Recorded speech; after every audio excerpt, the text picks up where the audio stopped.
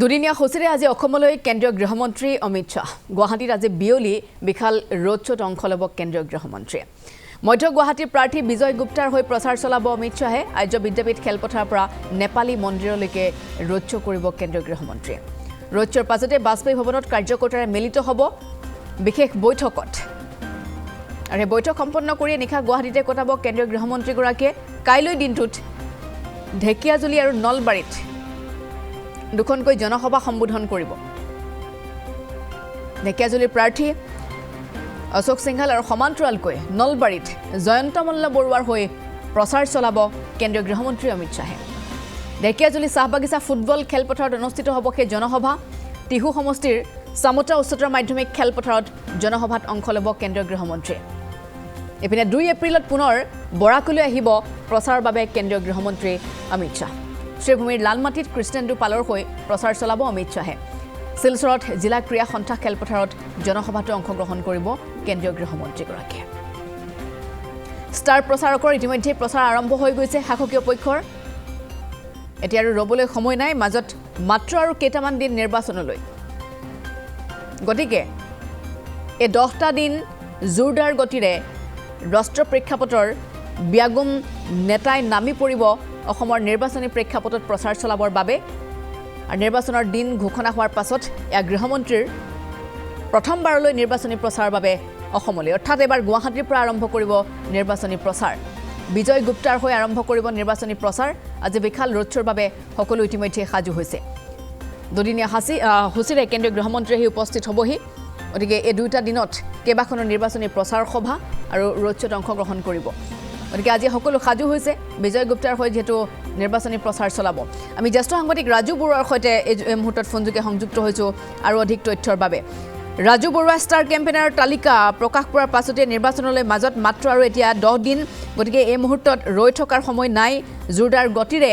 আগবাঢ়া আহিছে নিৰ্বাচনী সেই ধুমুহা আগবাঢ়িছে গতিকে নিৰ্বাচনী প্ৰচাৰো সমান্তৰালকৈ আৰম্ভ হৈ গৈছে গতিকে নিৰ্বাচনৰ দিন ঘোষণা কৰাৰ পাছত অধিসূচনা জাৰি হোৱাৰ পাছত এক গৃহমন্ত্ৰীৰ প্ৰথমটো অসমত নিৰ্বাচনী প্ৰচাৰ হয়তো হ'ব ৰাজু বৰুৱা গতিকে আৰম্ভ কৰিব এক বিশাল ৰোড শ্ব'ৰ পৰাই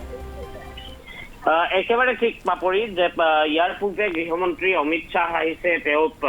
বুথ সন্মিলন কৰিছে যুৱ সন্মিলন কৰিছে তেনেধৰণৰ তেওঁ কিছু বৈঠক সভা কৰিছিল যদিও যেতিয়াৰ পৰা নিৰ্বাচনৰ দিন ঘোষণা হৈছে তাৰ পিছত কিন্তু এয়া প্ৰথমবাৰ গৃহমন্ত্ৰী অমিত শ্বাহৰ অসম ভ্ৰমণ আৰু ইয়াৰ লগে লগেই গৃহমন্ত্ৰী অমিত শ্বাহ প্ৰধানমন্ত্ৰী নৰেন্দ্ৰ মোদী আৰু ৰাষ্ট্ৰীয় যিসকল বিজেপি নেতা আছে সেই ৰাষ্ট্ৰীয় নেতাৰ কিন্তু ক'ত আজিৰ পৰা আপুনি দেখিব যে বহুলৈ আৰম্ভ কৰিছে গৃহমন্ত্ৰী অমিত শ্বাহে আজি 2:35 আহি বৰঝাৰ বিমানবন্দৰ পাব তেওঁ যিহেতু পশ্চিমবংগতো নিৰ্বাচনী প্ৰচাৰ চলাব আৰু তাৰ পৰা পোনে পোনে অসমলৈ আহি অসমৰ কিছু সময় তেওঁ কটাই তাৰ পিছতে আমি যদি চাওঁ তেনেহ'লে কইনাধৰাত কিছু সময় কটোৱাৰ পিছত 4:15 এই যিটো ৰোড শ্ব' আছে সেই ৰোড শ্ব'টো আৰম্ভ হোৱাৰ কথা আৰু সেই ৰোড শ্ব' বিজয় গুপ্তাৰ সমষ্টি অৰ্থাৎ চেণ্ট্ৰেল গুৱাহাটী সমষ্টিক বাছি লোৱা হৈছে আৰু চেণ্ট্ৰেল গুৱাহাটীৰ সমষ্টিৰ অন্তৰ্গত আৰ্য বিদ্যাপীঠ খেলপথাৰৰ পৰা 4:15 ওলোৱাৰ কথা সেই ৰোড শ্ব' আৰু সেই ৰোড শ্ব' সামৰিব নেপালী মন্দিৰত গতিকে আৰু কোৱা হৈছে যে প্ৰায় 1 লাখতকৈ অধিক লোকৰ অংশগ্ৰহণ তাত হ'ব য'ত এই গৃহমন্ত্ৰী অমিত শ্বাহ থাকিব আৰু অমিত শ্বাহৰ উপস্থিত হ'বলগীয়া এই ৰোড শ্ব'ত 1 লাখ মান লোকক স্পৰ্শ কৰি যাব সেই সময়তে গতিকে স্বাভাৱিকতেই বিজেপিয়ে এক প্ৰকাৰ শক্তি প্ৰদৰ্শন কৰিব আৰু গুৱাহাটীৰ ক্ষেত্ৰত আমি যদি কওঁ তেনেহ'লে গুৱাহাটীত মুখ্যমন্ত্ৰী ডক্টৰ হিমন্ত বিশ্ব শৰ্মাই যদিও জন আশীৰ্বাদ যাত্ৰা বহু স্থানত কৰিছে গুৱাহাটীত অকল নিজৰ সমষ্টি জালুকবাৰীত তেওঁ 23 মাৰ্চত যিকেইটা মনোনয়ন পত্ৰ দাখিলৰ অন্তিমটো দিন আছিল 23 মাৰ্চত কিছু সময় থকাৰ বাবেই তেওঁ 23 মাৰ্চৰ দিনটো বাছি লৈ কিছু সময় জন আশীৰ্বাদ যাত্ৰা মুখ্যমন্ত্ৰীগৰাকীয়ে কৰিছিল গতিকে মুখ্যমন্ত্ৰীয়েও এইকেইটা সমষ্টি আমি যদি চাওঁ তেনেহ'লে চেণ্ট্ৰেল গুৱাহাটী হওক বা দিছপুৰ হওক নিউ গুৱাহাটী হওক ডিমৰীয়া হওক এই সমষ্টিকেইটাত কিন্তু কোনো ধৰণৰ নিৰ্বাচনী প্ৰচাৰ তেনেধৰণে বা নিৰ্বাচনী সভা মুখ্যমন্ত্ৰীগৰাকীয়ে কৰা নাই গতিকে গৃহমন্ত্ৰী অমিত শ্বাহে আজি চেণ্ট্ৰেল গুৱাহাটীত বিজয় গুপ্তাৰ বাবে এই যি ৰোড শ্ব' আছে বিশাল ৰোড শ্ব', সেই বিশাল ৰোড শ্ব' গৃহমন্ত্ৰীগৰাকীয়ে কৰিব আৰু তাৰপিছত তেওঁ বাজপেয়ী ভৱনলৈ যাব। বাজপেয়ী ভৱনত বিষয়ববীয়াৰ সৈতে বিজেপিৰ ৰাজ্যিক বিষয়ববীয়াৰ সৈতে এখন বৈঠকত তেওঁ মিলিত হ'ব আৰু তাৰপিছতেই নিশা গুৱাহাটীত কটাই কাইলৈৰ দিনটোত তেওঁ ঢেকিয়াজুলিত তেওঁ নিৰ্বাচনী প্ৰচাৰ সভাত অংশগ্ৰহণ কৰিব আৰু চামতাত অৰ্থাৎ টিহু বিধানসভা সমষ্টি আৰু নলবাৰী জিলাখনৰ যি 3টা সমষ্টি নলবাৰী, টিহু আৰু বৰক্ষেত্ৰী, এই 3টা সমষ্টিক সামৰি গৃহমন্ত্ৰীগৰাকীয়ে জনসভা সম্বোধন কৰিব। পাপৰি মন কৰিব যে কৈছোৱে যে গৃহমন্ত্ৰীগৰাকীয়ে আহিব, কিন্তু আজিৰ দিনটোতে আপুনি যদি চাই তেনেহ'লে শিৱৰাজ সিং চৌহান, কেন্দ্ৰীয় মন্ত্ৰী শিৱৰাজ সিং চৌহান আজি ৰঙিয়ালৈ আহিব। ৰঙিয়াত তেওঁ নিৰ্বাচনী প্ৰচাৰ সভা অংশগ্ৰহণ কৰিব। একেদৰে আমি যদি চাওঁ তেনেহ'লে 31 মাৰ্চত ৰাজনাথ সিং আহি আছে, প্ৰতিৰক্ষা মন্ত্ৰী ৰাজনাথ সিঙে তেজপুৰত নিৰ্বাচনী প্ৰচাৰ সভাত অংশগ্ৰহণ কৰিব। কাইলৈৰ দিনটোত BL সন্তোষ, বিজেপিৰ সাংগঠনিক সাধাৰণ সম্পাদক, অৱশ্যে তেওঁ কোনো নিৰ্বাচনী প্ৰচাৰ সভাত ভাগ নলয়। তেওঁ যিহেতু সাংগঠনিক নেতা, গতিকে তেওঁ বুথৰ যিসকল নেতা আছে, বিজেপিৰ বুথৰ যিবোৰ কাৰ্যকৰ্তা, সেই বুথৰ কাৰ্যকৰ্তাক তেওঁ দুই ঠাইৰ পৰা উজনি অসম আৰু নামনি অসম দুই ঠাইলৈ গৈ তেওঁ দুখনকৈ তেওঁ বৃহৎ বৈঠকত অংশগ্ৰহণ কৰিব ভাৰ্চুৱেলি। গতিকে তেওঁ সকলোকে সামৰি ল'ব এইখিনিতে। তাৰ লগে লগে নীতিন নবীন ৰাষ্ট্ৰীয় সভাপতি, দলটোৰ ৰাষ্ট্ৰীয় সভাপতিগৰাকী আহি আছে 29 মাৰ্চতে, অৰ্থাৎ কাইলৈ আহি তেওঁ 2টা দিন 29 মাৰ্চত কাইলৈ তেওঁ নিৰ্বাচনী প্ৰচাৰ সভা বহুকেই ঠাইত তেওঁ চলাব। তাৰ ভিতৰত বোকাখাটত তেওঁ নিৰ্বাচনী প্ৰচাৰ সভাত অংশগ্ৰহণ কৰিব, জাগিৰোডত অংশগ্ৰহণ কৰিব। তাৰ লগতে আমি যদি চাওঁ তেওঁ উজনি অসমলৈ যাব। এনেধৰণে তেওঁ নিৰ্বাচনী প্ৰচাৰ সভাত অংশগ্ৰহণ কৰিব নীতিন নবীনে। প্ৰধানমন্ত্ৰী নৰেন্দ্ৰ মোদী আহি আছে 1 এপ্ৰিলত, তেওঁ দুখনকৈ নিৰ্বাচনী প্ৰচাৰ সভাত তেওঁ ভাগ ল'ব। যাৰ ভিতৰত যদি আমি চাওঁ এখন সম্বোধন কৰিব গোগামুখত অৰ্থাৎ ধেমাজি জিলাত আৰু আন এখন সম্বোধন কৰিব বিশ্বনাথ জিলাত বিহালীত। গতিকে প্ৰধানমন্ত্ৰীগৰাকীয়ে 1 এপ্ৰিলৰ এই দুখন জনসভা আৰু 6 এপ্ৰিলত প্ৰধানমন্ত্ৰীগৰাকীয়ে 3খনকৈ জনসভা সম্বোধন কৰিব, য'ত আছে বৰপেটা, হোজাই লামডিং আৰু ডিব্ৰুগড়ৰ তেওঁ মৰাণলৈ যাব। মৰাণত তেওঁ জনসভা সম্বোধন কৰিব। গতিকে বিজেপিৰ যদি আৰু বাকী ৰাষ্ট্ৰীয় নেতাৰ কথা কওঁ, ৰাষ্ট্ৰীয় পৰ্যায়ৰ যিসকল নেতা আছে তাৰ ভিতৰত নীতিন গাডকাৰী আহি আছে। নীতিন গাডকাৰীয়ে নিৰ্বাচনী প্ৰচাৰ সভা চলাব। ঠিক একেদৰে জনসভা সম্বোধন কৰিব উত্তৰ প্ৰদেশৰ মুখ্যমন্ত্ৰী যোগী আদিত্যনাথে। তাৰ সমান্তৰালভাৱে আমি যদি চাওঁ তেনেহ'লে ৰাষ্ট্ৰীয় নেত্ৰী স্মৃতি ইৰাণী আহি আছে। তেনেধৰণে বিজেপিৰ মানিক সাহা, ত্ৰিপুৰাৰ মুখ্যমন্ত্ৰী মানিক সাহা আহিব। গতিকে বিভিন্ন ৰাজ্যৰ মুখ্যমন্ত্ৰী, ৰাষ্ট্ৰীয় নেতা দলটোৰ সেইসকল আহি অসমত তেওঁলোকে নিৰ্বাচনী প্ৰচাৰ সভা তেওঁলোকে অংশগ্ৰহণ কৰিব, জনসভা সম্বোধন কৰিব। গতিকে প্ৰধানমন্ত্ৰীগৰাকী 2টা দিন, এই যিহেতু 9 এপ্ৰিলত নিৰ্বাচন, 7 এপ্ৰিললৈকে আপুনি প্ৰচাৰ চলাব, নিৰ্বাচনী প্ৰচাৰ চলাব পাৰিব। গতিকে নিৰ্বাচনী প্ৰচাৰ 7 এপ্ৰিলত সমাপ্ত হ'ব। 6 এপ্ৰিলত প্ৰধানমন্ত্ৰীগৰাকীয়ে 3খনকৈ জনসভাত অংশগ্ৰহণ কৰিব। গৃহমন্ত্ৰী আহি আছে। বাকী নেতাসকলৰ তেনেধৰণেই অসমত কিন্তু ভিৰ আমি দেখা পাইছো যে আজিৰে পৰা ভিৰ বৃদ্ধি পাব। আজিৰ দিনটোতে 2গৰাকীকৈ নেতা, গৃহমন্ত্ৰী অমিত শ্বাহে এফালে আহি আছে, তাৰ সমান্তৰালভাৱে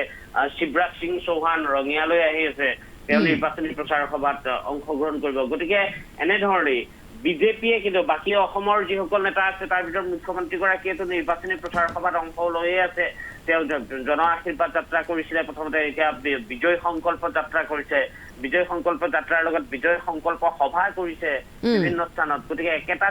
দিনত 4-5খনকৈ সভাত অংশগ্ৰহণ কৰিছে মুখ্যমন্ত্ৰী ডক্টৰ হিমন্ত বিশ্ব শৰ্মাই। কেন্দ্ৰীয় মন্ত্ৰী সৰ্বানন্দ সোণোৱালে তেনেধৰণে বিভিন্ন সভাত ইতিমধ্যে অংশগ্ৰহণ কৰিছে। পবিত্ৰ মাৰ্ঘেৰিটা, কেন্দ্ৰীয় ৰাজ্যিক মন্ত্ৰী পবিত্ৰ মাৰ্ঘেৰিটা, বাকী অসমৰ যিসকল নেতা আছে, অসমৰ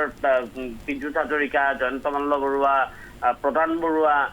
তেওঁলোকে চন্দ্ৰমোহন পাটোৱাৰী, ৰঞ্জিত দাস, তেওঁলোককো পৃথকে দায়িত্ব দিয়া আছে। আৰু তেওঁলোকো ৰাজ্যিক বিজেপিৰ সভাপতি দিলীপ শইকীয়া, তেওঁলোকেও নিৰ্বাচনী প্ৰচাৰ সভাত তেনেধৰণে অংশগ্ৰহণ কৰিছে। আৰু তেওঁলোকেও সুকীয়াকৈ কিছু তেওঁলোকৰ যিখিনি নিৰ্বাচনী কাম কাজ আছে সেইখিনি কৰি আছে। গতিকে বিজেপিয়ে খুব আগ্ৰাসীভাৱে তেওঁলোকৰ যি নিৰ্বাচনী প্ৰচাৰ আছে, সেই নিৰ্বাচনী প্ৰচাৰ আগৰ দৰে আমি আগতেও দেখিছো যে বিজেপিয়ে এনেধৰণৰ এটা নিৰ্বাচন যেতিয়া আহে, সেইটো লাগে পঞ্চায়ত নিৰ্বাচনেই হওক, সেইটো লাগে ৰাভা হাছং স্বায়ত্তশাসিত পৰিষদৰ নিৰ্বাচনেই হওক আমি যদি চাওঁ তেনেহ'লে বিজেপিয়ে খুব আগ্ৰাসীভাৱে কিন্তু প্ৰতিটো নিৰ্বাচনত তেওঁলোক অৱতীৰ্ণ হয় আৰু নিৰ্বাচনী যেতিয়া প্ৰচাৰ চলাব বা অন্যান্য যিখিনি কাম কাজ থাকে তেওঁলোকে বৰ সেইটো সহজভাৱে নলয় সেইটো খুব তেওঁলোকে গুৰুত্বপূৰ্ণ হিচাপে ধৰি তেওঁলোকে গোটেই নিৰ্বাচনৰ কাম কাজখিনি আগুৱাই লৈ যায় স্বাভাৱিকতে মুখ্যমন্ত্ৰীয়ে সেই কথাটোৱে কৈছে যে বিৰোধীক মই কেতিয়াও কোনোদিনে দুৰ্বল বুলি নাভাবোঁ আৰু আনফালে এই বাৰ্তা দিয়ে বিজেপিয়ে এটা কথা স্পষ্ট কৰি দিছে যে অসমৰ সুৰক্ষা বিজেপিৰ এইটোৱে হৈছে প্ৰতিজ্ঞা গতিকে আপুনি বিৰোধীৰ কথা ৰাজু বৰুৱা ইতিমধ্যে কৈছে বিৰোধীৰ একেবাৰে প্ৰভাৱ এই মুহূৰ্তলৈকে নিষ্প্ৰভ দেখিবলৈ পোৱা গৈছে গোটেই দলটোক অকলেই গৌৰৱ গগৈয়ে চম্ভালি আছে গতিকে বিজেপিৰ বাবে এই ৰণখন স্বাভাৱিকতে একেবাৰে সুচল হৈ থকা নাই জানো চাওক বিজেপিৰ বাবে ক'ৰবাত আমি দেখিছোঁ যে ৰণখন যেন ক'ৰবাত সহজ হৈ আছে তেনেধৰণৰো হোৱা দেখা যায় কোনোবা সময়ত কিন্তু অৱশ্যে নিৰ্বাচন এটাত যদি কেনেধৰণৰ কি চলি আছে তৃণমূলত ভোটাৰে কি চিন্তা চৰ্চা কৰিছে সেই কথাটো এটা সুকীয়া যাৰ বাবে বিজেপিয়ে হয়তো তেনেধৰণে খুব গুৰুত্বপূৰ্ণভাৱে এই গোটেই নিৰ্বাচনটোকো লৈছে বা প্ৰতিটো নিৰ্বাচনে তেওঁলোকে দলটোৱে লয় কিন্তু কংগ্ৰেছৰ ক্ষেত্ৰত এটা মন কৰিবলগীয়া কথাও আপুনি যদি চাই খুব ভালকৈ যে কংগ্ৰেছৰ আপুনি দীৰ্ঘদিন ধৰি 3 মাৰ্চত খুব সম্ভৱ কংগ্ৰেছে প্ৰথম নিৰ্বাচনী যিখন তেওঁলোকৰ প্ৰাৰ্থী তালিকা তেওঁলোকৰ ঘোষণা হৈছিল প্ৰথমখন প্ৰাৰ্থী তালিকা 42জনীয়া প্ৰাৰ্থী তালিকা এখন ঘোষণা কৰিছিল আৰু সেই প্ৰাৰ্থী তালিকা ঘোষণাৰ পৰা আজিৰ দিনটোলৈকে আপুনি যদি মন কৰে এই সময়ছোৱাত কিন্তু বিজেপিৰ কাৰণ বিজেপিৰ ক্ষেত্ৰত প্ৰধানমন্ত্ৰী গৃহমন্ত্ৰীৰ অসম ভ্ৰমণ চলিয়ে থাকে তেওঁলোক আহিয়ে থাকে তেওঁলোকৰ নেতা আহি আছে বিভিন্ন বৈঠক তেওঁলোকে কৰিছে সভা তেওঁলোকে কৰিছে কিন্তু আপুনি খুব মন কৰিব যে কংগ্ৰেছৰ কিন্তু যিসকল হাই প্ৰফাইল নেতা আছে জিতেন্দ্ৰ সিং অসমতে থাকে সেইটো এটা সুকীয়া কথা কিন্তু জিতেন্দ্ৰ সিঙকো ক'তো আপুনি নিৰ্বাচনী প্ৰচাৰ সভা চলোৱা আপুনি নেদেখিবলৈ তেওঁসকলে নিৰ্বাচন প্ৰচাৰ সভাত অংশগ্ৰহণ কৰিছে বাকী সাথেকে ধৰি যিসকল নেতাক অসমৰ দায়িত্ব দিয়া আছে সেইসকলেও কিন্তু এনেধৰণে অসমত নিৰ্বাচনী প্ৰচাৰ সভা চলোৱা দেখা নাই আপুনি কেৰেলাত নিৰ্বাচন আছে পশ্চিমবংগত নিৰ্বাচন আছে তামিলনাডুত নিৰ্বাচন আছে তাত কিন্তু সকলো ব্যস্ত হৈ আছে তাত সকলো উভৰি খাই পৰিছে আপুনি ৰাহুল গান্ধী কওক আপুনি মল্লিকাৰ্জুন খৰ্গে কওক আপুনি সোনিয়া গান্ধী কওক প্ৰিয়ংকা গান্ধী কওক যিসকল দলটোৰ হাই প্ৰফাইল নেতা সেই হাই প্ৰফাইল নেতাৰ কিন্তু আপুনি যদি চাই তেনেহ'লে অসমক তেওঁলোকে যেন ক'ৰবাত ইগনোৰ কৰিছে তেনেকুৱা ধৰণৰ এটা পৰিৱেশ আপুনি দেখিব যে অসমলৈ তেওঁলোক অহা নাই কেৰেলালে তেওঁলোক কোনোবা এগৰাকী নেতা প্ৰায় 7 বাৰলৈকে গৈছে মল্লিকাৰ্জুন খৰ্গে চাগে 7 বাৰলৈকে গৈছে ৰাহুল গান্ধীয়ে তাতে বহুবাৰ নিৰ্বাচনী প্ৰচাৰ সভা চলাইছে প্ৰিয়ংকা গান্ধীয়ে অৱশ্যে নিজৰ তাত যিহেতু তেওঁ সেই লোকসভাত অৱতীৰ্ণ হৈছিল গতিকে সেই ৰাজ্যখনত তেওঁ প্ৰিয়ংকা গান্ধীও উবৰি খাই পৰি তাতো তেওঁ নিৰ্বাচনী প্ৰচাৰ চলাইছে কিন্তু অসমৰ বেলিকা আপুনি যদি চাই নিৰ্বাচনলৈ এইকেইটা দিন আছে কিন্তু তেওঁলোকে খুব সেই 3 মাৰ্চৰ পৰা মই আকৌ এবাৰ কৈছো যে 3 মাৰ্চত তেওঁলোকৰ প্ৰথমখন প্ৰাৰ্থী তালিকা প্ৰকাশ পাইছিল কংগ্ৰেছৰ কিন্তু সেই 3 মাৰ্চৰ পৰা আজিৰ দিনটোলৈকে কোনো ৰাষ্ট্ৰীয় নেতাক আপুনি নিৰ্বাচন কাৰণ সেইটোৱে আচলতে কথা সকলোৱে সেই কথাখিনি ক'বলৈ বিচাৰে যে গণতন্ত্ৰত বিৰোধী শক্তিশালী হ'লেহে নিৰ্বাচনৰ এই খেলখন খেলি মজা লাগে বা বিৰোধী শক্তিশালী হোৱাৰ প্ৰয়োজনীয়তা আছে গতিকে তেতিয়াহে নিৰ্বাচনটো আচলতে সম্ভৱ হৈ উঠে কিন্তু ৰাজ্যৰ প্ৰেক্ষাপটত এতিয়া বৰ্তমানে এই মুহূৰ্তলৈকে সেয়া দেখিবলৈ পোৱা হোৱা নাই কিন্তু ষ্টাৰ কেম্পেইনাৰৰ তালিকা কংগ্ৰেছেও ইতিমধ্যে সাজু কৰিছে কাইলৈৰ পৰা মল্লিকাৰ্জুন খৰ্গেও আহিব নিৰ্বাচনী প্ৰচাৰ চলাবৰ বাবে কিন্তু তাৰ বিপৰীতে আমি কৈছোঁ যে বিজেপিৰ ফিল্ডত থকা প্ৰতিগৰাকীয়ে এনেধৰণে এতিয়া জপিয়াই পৰিছে তেওঁলোকক সুধিলে তেওঁলোকৰ মুখত মাত্ৰ এটাই কথা যে ৰাইজৰ মুখত বিৰিঙি থকা সেই সন্তোষৰ হাঁহিটোৱে প্ৰতিগৰাকী বিজেপি কৰ্মীক আত্মবিশ্বাসী কৰি তুলিছে আজি অমিত শ্বাহ আহিব গুৱাহাটীলৈ ৰাজীৱবোৰ আপোনাক ধন্যবাদ জ্ঞাপন কৰিছোঁ পৰৱৰ্তী সময়ত আমি অধিক ৰূপত এই কথাখিনি পাতিবলৈ চেষ্টা কৰিম মধ্য গুৱাহাটীৰ প্ৰাৰ্থী বিজয় গুপ্তাৰ হৈ প্ৰচাৰ চলাব কেন্দ্ৰীয় গৃহমন্ত্ৰী অমিত শ্বাহে